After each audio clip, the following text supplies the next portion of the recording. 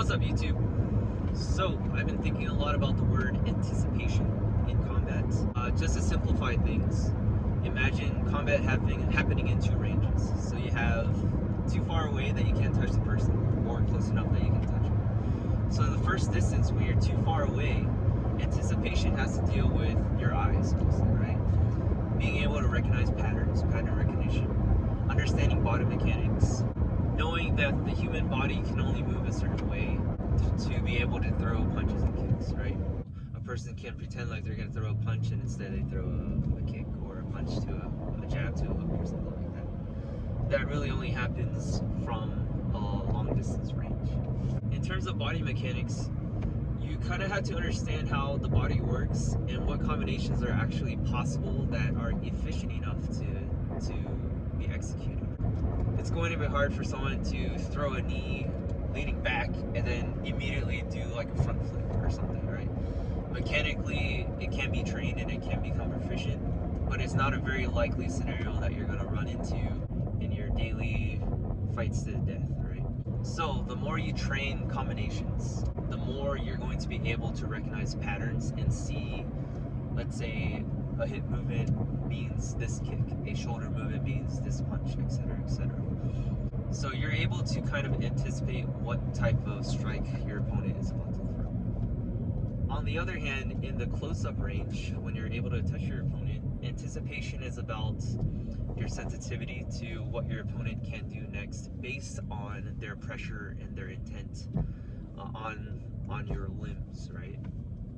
If you had frames on somebody or clinching up with somebody, right, you're going to be able to feel based on how they're orientated and where their body is shifted. You're going to be able to feel what they might do next, and being able to anticipate that or being able to feel that at a very heightened sensitivity is going to allow you to counter things a lot easier, right? The way we spar, the way we do Tegami, which we consider clinch fighting with takedowns, is probably the best way to develop your sensitivity for strikes and everything in the clinch range on your feet. Generally speaking, Brazilian Jiu-Jitsu at this moment in modern times is the best way to develop that anticipation on the ground. And just to caveat that, when I say best, it does not mean most efficient, it does not mean most combative or the most effective. It is just the art that is trendy right now that is putting in the most amount of work in terms of adding resistance to their training and really pressure testing their work. So, as a karateka, if you develop your touch sensitivity on your feet and take that same thing and put it to the ground, you should develop a very heightened sensitivity for both stand-up and ground. Now, are many people doing that in the karate world? Not so much. To train your anticipation within the clinch range, you want to think about training larger limbs first and then drilling down to smaller digits, right? So a person who never trains in the clinch range and says, if someone grabs me, I'm just going to break their finger.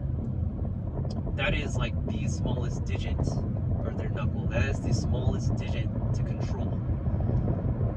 However, if they have not trained to control the torso and control the arm, control the elbow, control the hand, how are they ever going to be able to control the finger, right? They have all these checkpoints to lock down first before they even consider breaking a finger. A trained kickboxer that knows very common combinations are going to be doing those combinations, and that's just another pattern recognition that you have to switch into to be able to see and be able to predict. A kickboxer is going to react and move differently than a boxer, but there are so many options to develop your pattern around, right? Whereas pattern recognition within the clinch range, either on your feet or on the ground, is a little easier.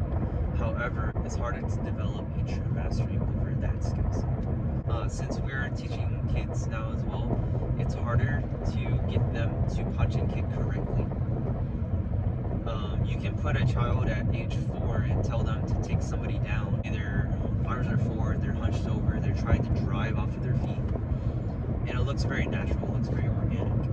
However, you tell that same kid to throw a punch and a kick, and it looks very, very cluttered, right? Nobody punches and kicks naturally. It has to be a developed skill. However, knowing that if it takes you a month to throw a punch correctly, you can have a puncher's chance, right, in a fight. Meaning you can do more damage. You can do more damage after a month of punching than you can do after a month of grappling against another highly leveled puncher or grappler, right? So there are trade-offs there.